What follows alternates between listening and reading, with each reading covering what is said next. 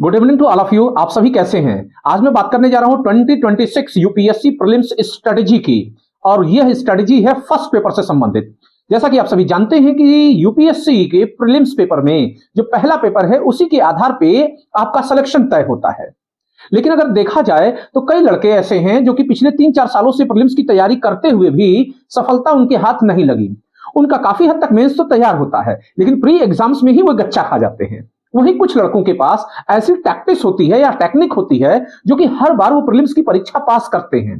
इसका अर्थ है कि उनके पास प्रीलिम्स तैयारी के लिए वह फार्मूला पता है कि किसको मुझे पहले स्टडी करना चाहिए और किस सेगमेंट को बाद में।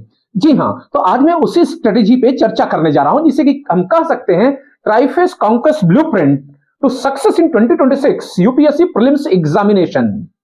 जी हां, यह त्रिस्तरीय विजय योजना है। आप सभी जानते हैं कि सफलता किस बात पर निर्भर करती है। If you know the right equation between right means and right ends, then you can get success easily, otherwise you can't get success. ऐसे बहुत से लड़के मेरे स्टूडेंट्स हैं जो कि पिछले 8-8, 10-10 साल से बहुत ही जीनियस रहे हैं, मेंस के लिए बहुत एलिजिबल हैं और वे अच्छे प्रशासक भी होते, लेकिन प्री इसी कारण से क्वालिफाई नहीं कर पाए क्योंकि वे इस स्ट्रेटजी से परिचित नहीं थे। और उन्हीं के कहने पर मैं यह लेक्चर लेकर के आया हूं। तो कैसे तैयार करें हम प्री को, इसको समझना पहले जरूरी है। तो जाहिर सी बात है, ये ट्राइफेज स्ट्रेटजी में जो पहली स्ट्रेटजी पहला फेज है उसमें हम कह सकते हैं कि फाउंडेशन एंकर स्ट्रेटजी। जी हां, फाउंडेशनल एंकर स्ट्रेटजी क्या है कि अगर आप इन विषयों को फर्स्ट वाले को पहले पढ़ते हैं तो ये सेगमेंट्स ऐसे हैं जो कि आपको हर साल इनके क्वेश्चंस यूपीएससी एग्जाम्स में ज्यादा दिखाई देंगे। ये कौन कौन से पेपर हैं? तो सबसे पहला आता है पॉलिटी, इंडियन पॉलिटी, दूसरा आता है इकोलॉजी एंड एनवायरनमेंट, और तीसरा आता है ज्योग्राफी का। जी हां, ये स्टैटिकल पोर्शन है और हर स्टूडेंट को सबसे पहले इसी पोर्शन को तैयार करना होगा। अगर लड़के का इंडियन पॉलिटी एक बार तैयार हो जाता है, ज्योग्राफी एक बार तैयार हो जाता है और इकोलॉजी एंड एनवायरनमेंट तैयार हो जाता है, तो आप विश्वास मानिए ये तीनों सेगमेंट मिलकर के करीब करीब 45 क्वेश्चंस बनाते हैं। और जैसा कि आप सभी जानते हैं कि पूरे जीएस सेगमेंट में 100 क्वेश्चंस आते ही आते हैं। और मेरिट की बात करें तो 87 से लेकर के 100 के बीच में हर साल यूपीएससी प्रीलिम्स की मेरिट बनती है या थ्रेशोल्ड डिसाइड होता है, कट ऑफ मार्क्स डिसाइड होता है। पिछले साल अगर आप देखेंगे तो 87.5 समथिंग पे गया था, उसके पहले 93, 100 कभी नहीं क्रॉस करता है। तो अगर जाहिर सी बात है ये तीन पोर्शन आपके तैयार हैं, Indian polity, ecology and environment, तो हर साल इंडियन पॉलिटी का अप्रोक्सीमेट अगर देखें तो 17 to 20 क्वेश्चंस के बीच में आते ही आते हैं। जिस साल बहुत कम आएगा तो भी 15 आएगा, अदरवाइज अक्सर 20 to 23 क्वेश्चंस भी आ जाते हैं। इसके पीछे रीजन है क्योंकि जब आप यूपीएससी क्वालिफाई करते हैं, एडमिनिस्ट्रेटर बनते हैं, तो ऐसी स्थिति में आपको इंडियन पॉलिटिकल सिस्टम के अनुसार ही चलना होता है, देश में संविधान के शासन को ही लागू करना होता है। तो यह पोर्शन तो हर साल आएगा, यह विश्वास रखिए। दूसरे पे क्या क्वेश्चन पूछा जाता है, that is ecology and environment. जी हां, इसके भी हर साल पिछले 10-12 सालों के मैं पेपर का रिकॉर्ड बता दूं 2013 से, तो हर साल लगभग 15 to 20 क्वेश्चंस के बीच में इकोलॉजी एंड एनवायरनमेंट के क्वेश्चंस आते हैं और ये स्टैटिकल पोर्शन है। तो अगर यह तैयार हो जाता है तो आपका किसी भी साल गिरेगा। अभी मैं बुक्स पे भी सजेशन करूंगा इनके। फिर उसके बाद आता है ज्योग्राफी का पोर्शन। तो ज्योग्राफी की अगर हम बात करें तो अगर देखें तो फिजिकल ज्योग्राफी, इंडियन ज्योग्राफी और वर्ल्ड ज्योग्राफी मिला करके करीब 15 to 18 क्वेश्चन इसके आते हैं। तो अब आप खुद ही सोच लीजिए, ये तीनों ही स्टैटिक पोर्शन है, यानी कि इनमें चेंजेस होने की संभावनाएं या पॉसिबिलिटीज बहुत कम होती हैं। तो अगर एक बार ये पोर्शन तैयार हो गया तो मित्र आप विश्वास माने आपको केवल शॉर्ट रिविजन्स की जरूरत होगी। तो फर्स्ट फेज में जो लड़का इन तीन सेगमेंट्स को तैयार कर लिया जाता है, खासकर polity, ecology and environment, geography के क्वेश्चंस कम आते हैं, उसमें से इकोलॉजी एंड एनवायरनमेंट के ही ज्यादा आते हैं। तो ये जो पोर्शंस तैयार हैं, तो 45 क्वेश्चंस का आप असर जानते हैं क्या होता है एग्जाम में? 90 मार्क्स। अगर यह ठीक से तैयार है तो आपके सिलेक्शन वर्क का तो यही दिला दे रहा है, कवर कर दे रहा है।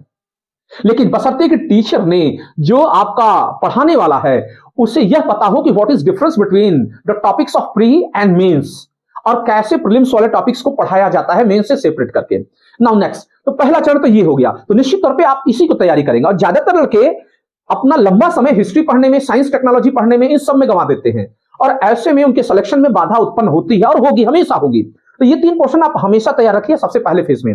फिर अब देखें सेकंड फेज पे आ रहे हैं। जी हां, ट्राइफेस कॉन्क्वेस्ट ब्लूप्रिंट के सेकंड फेज पे, इसमें हम किसे तैयार करें? तो इसमें हमें तैयार करना होता है करंट अफेयर्स को और इंडियन इकोनॉमी को। बिल्कुल सही सुना आपने, current affairs and Indian economy. ऐसा क्यों है?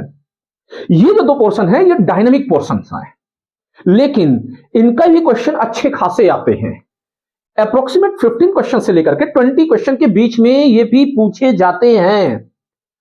तो अब देखें, हर साल आते हैं तो इनको पढ़ना हर साल पड़ता है, लेकिन स्टैटिक पोर्शन एक बार तैयार हो गया तो ऑलवेज तैयार हो गया। तो अगर उधर आप अप्रोक्सीमेट 30-35 क्वेश्चन कवर कर ले गए, मेरे पढ़ाने से बिल्कुल कवर कर ले जाएंगे। तो ऐसे सिचुएशन में 2, 4, 10 क्वेश्चन अगर इधर से आप मार गिराएंगे इंडियन इकोनॉमी से और करंट अफेयर से, तो वह आपको और छलांग दिलाएगा, अपलिफ्ट करेगा।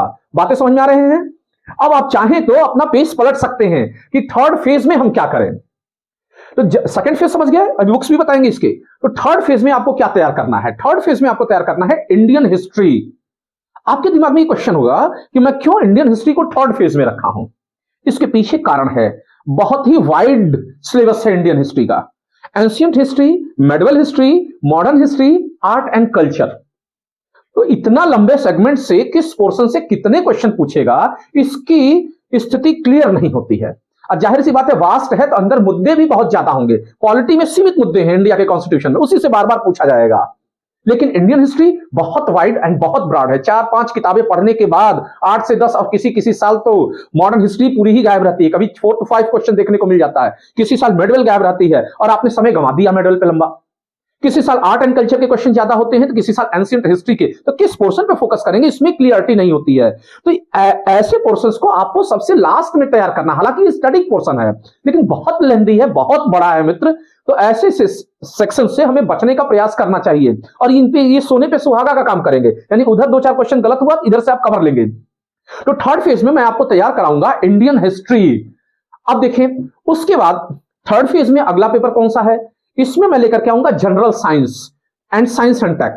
जी हां, यह थर्ड फेज का सबसे इंपॉर्टेंट पार्ट है, लेकिन इसको सबसे लास्ट में मैं कवर इसलिए कराऊंगा क्योंकि यह आपको भी ऐसे ही पढ़ना है। क्योंकि इसमें से कहां से क्वेश्चन पूछा जाएगा, general science, physics, chemistry, bio से पूछा जाएगा या फिर पूछा जाएगा आपके अगले सेगमेंट साइंस एंड टेक्नोलॉजी से। तो अगर साइंस एंड टेक्नोलॉजी का क्वेश्चन आ जाता है तो जाहिर सी बात है कि आप इसके पेपर को बेहतर तरीके से सॉल्व नहीं कर पाएंगे। बातें समझ में आ रही हैं? तो कुल मिलाकर के फाइनल कंक्लूजन हमें क्या दिख रहा है? अगर हम फाइनल कंक्लूजन की बात करें तो जाहिर सी बात है, यह 3 स्टेज पिलर्स जो आप देख रहे हैं, पिरामिड, इसी तरीके से आपको तैयारी करनी होगी। यानी फर्स्ट फेज जो कि क्वालिफाइंग बेस है, that is polity, geography, ecology and environment. ध्यान रखिएगा, इनमें भी सबसे ज्यादा ecology and environment and polity है, ज्योग्राफी भी है। क्योंकि आप यूपीएससी की तैयारी कर नहीं रहे हैं, पीसीएस की भी तैयारी कर रहे हैं, तो पीसीएस में अच्छा खासा इंडियन ज्योग्राफी का आता है। पॉलिटी में भी, सॉरी, यूपीएससी में भी हाल के वर्षों में देखने को मिला है। फिर आपका जो सेकंड टियर होगा वो आपका बिल्डिंग फेज होगा। उधर जो गलतियां करेंगे इधर से आप कवर करेंगे, करंट अफेयर्स एंड इकोनॉमी से। डायनेमिक पोर्शन है इसलिए इस पे हर साल आपको फोकस करना ही होता है। और फिर थर्ड फेज जो आपका आएगा, that is the comprehensive peak. अगर आपके पास ये स्ट्रेटेजी है तो आप हमेशा से ही सफलता के जो लक्ष्य है उसको हासिल करेंगे प्रीलिम्स एग्जाम्स में। अब मैं जरा सा बुक्स पे चर्चा कर लूं कि कौन कौन सी बुक्स आपको इसमें पढ़नी है। तो सबसे पहली चीज, जब हम बात पॉलिटी की करते हैं, क्योंकि फर्स्ट फेज वही है, फाउंडेशन फेज है, तो इसमें से आपको लेना होगा वाणी पब्लिकेशन की पॉलिटी। जी हाँ, इलाहाबाद से छपती है, हिंदी में भी आती है और आप पता कर लीजिएगा, इंग्लिश में आएगी तो उसको भी ले लीजिएगा। And Laxmikanth, M Laxmikanth. हालांकि मैं व्यक्तिगत रूप से कभी एम लक्ष्मीकांत का सपोर्ट नहीं करता रहा हूं, क्योंकि मैं political science and international relations optional का टीचर हूं और मुझे पता है ये बहुत बेस लेवल की बुक्स हैं, मेंस में बहुत रोल प्ले नहीं करती हैं, लैंग्वेज भी टफ है। तो अगर वाणी पब्लिकेशन या दूसरी गाइड से आप पढ़ते हैं तो इजीली इंडियन पॉलिटी को आप समझ ले जाएंगे। फिर उसके बाद आप एम लक्ष्मीकांत कवर करिए। तो ध्यान रखिएगा, ये फर्स्ट फेज यानी फाउंडेशन फेज की मैं बात कर रहा हूं, पॉलिटी के लिए ये बुक लेंगे। फिर उसके बाद से अगर आता है आपका ज्योग्राफी का, तो ज्योग्राफी के लिए आप ले सकते हैं पेरियार पब्लिकेशन की बुक या फिर वही वाणी पब्लिकेशन की बुक ले सकते हैं। इसके अलावा ज्योग्राफी बाय मैप के सिद्धार्था का आप यूज करेंगे। बातें समझ में आ रही हैं? तो ये हो गया सेकंड फेज की। अब हम आते हैं करंट अफेयर्स के लिए। करंट अफेयर्स के लिए हम क्या पढ़ें सेकंड फेज पे? तो इसके लिए आप क्रॉनिकल ले सकते हैं और घटना चक्र। जी हाँ, ये 2 पोर्शन आपके कवर होने चाहिए। क्रॉनिकल ले लीजिए और ईयरली घटना चक्र आपके पास होना चाहिए, तो आपका यह चीज कवर होगा। फिर उसके बाद सेकंड फेज में मैंने आपको बढ़ाया था इंडियन इकोनॉमी। तो इंडियन इकोनॉमी के लिए आप कौन सी बुक लेंगे? तो इसके लिए सबसे बेहतरीन आपका आता है रमेश सिंह की बुक ले लीजिए। उसके अलावा अरिहंत पब्लिकेशन की जो मैंने बुक यहां लिखी है उनको ले लीजिए, यह इंग्लिश में भी अवेलेबल है और हिंदी में भी अवेलेबल है। बैंकिंग अवेयरनेस यानी कि बैंकिंग जागरूकता की पुस्तक। तो ये हो गया सेकंड फेज के लिए बुक। अगर आप रियल में स्ट्रेटेजिक होकर के तैयारी करना चाहते हैं, इस पे फोकस करें और उसके बाद मेरे लेक्चर्स को सुने, इन दोनों का जो कंबाइंड होगा आपको हर हाल में इस साल यूपीएससी प्री क्वालिफाई करा देगा, जो कि कोचिंगों में प्रायः देखने को नहीं मिलता है। अब हम आते हैं थर्ड फेज की बुक्स के लिए। तो थर्ड फेज में आता है हिस्ट्री। तो हिस्ट्री के लिए मैं आपसे यही कहूंगा कि एस के पांडे ले लें, एंशियंट हिस्ट्री, मेडवेल हिस्ट्री और मॉडर्न हिस्ट्री।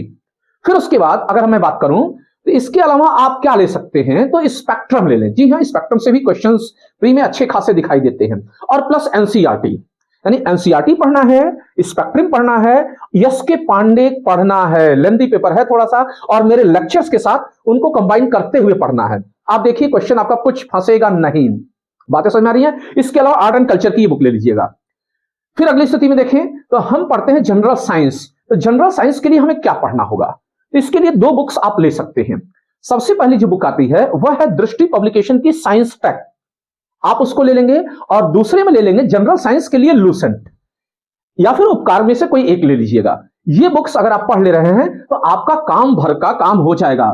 आपको प्री ही क्वालिफाई करना है, इसका मार्क्स फाइनल में नहीं जुड़ेगा, लेकिन मेरिट बनाने के लिए यह जरूरी है। बातें समझ में आ रही हैं? हाँ, थर्ड फेज में जो इंडियन हिस्ट्री के लिए है वो मैं बुक भूल गया, नितिन सिंघानिया की आर्ट एंड कल्चर ले लीजिएगा। मैं यही कहूंगा कि नितिन सिंघानिया की बजाय अगर दृष्टि पब्लिकेशन की लें तो उसमें कम कंटेंट है और ज्यादा यूजफुल है। बाकी आपकी इच्छा, नितिन सिंघानिया ले सकते हैं, अच्छी बुक है। तो ये हुई आपके बुक्स के सजेशंस। तो उम्मीद करता हूं कि आपको फर्स्ट पेपर से संबंधित सारी प्रॉब्लम सॉल्व हो गई होगी। लेकिन हाँ मित्र, एक चीज ध्यान रखेंगे, तैयारी स्ट्रेटेजिकली होनी चाहिए। If you know how to make a right equation between right means and right end, then you can get success, otherwise not. और मेरी बातों को आप हल्के में मत लीजिएगा। जो सेलेक्ट हुए हैं रियल में लड़के, उनकी स्ट्रेटेजी यही रही है कि हर बार उनका प्री इसी कारण से क्वालिफाई होता है, और यही है प्रूडेंशियल रैशनल चॉइस, बुद्धिपरक विवेकपूर्ण चयन। और यदि आप इस तरीके से तैयारी करेंगे तो आपका किसी भी साल प्री नहीं रुकेगा, ये भरोसा रखिए। तो आप अपने प्रूडेंशियल रैशनल चॉइस यानी बुद्धिपरक विवेकपूर्ण का चयन करें। और मैं लेकर के आऊंगा फर्स्ट फेज में जो लेक्चर होगा फर्स्ट पेपर का, वह कौन सा? Indian polity and geography.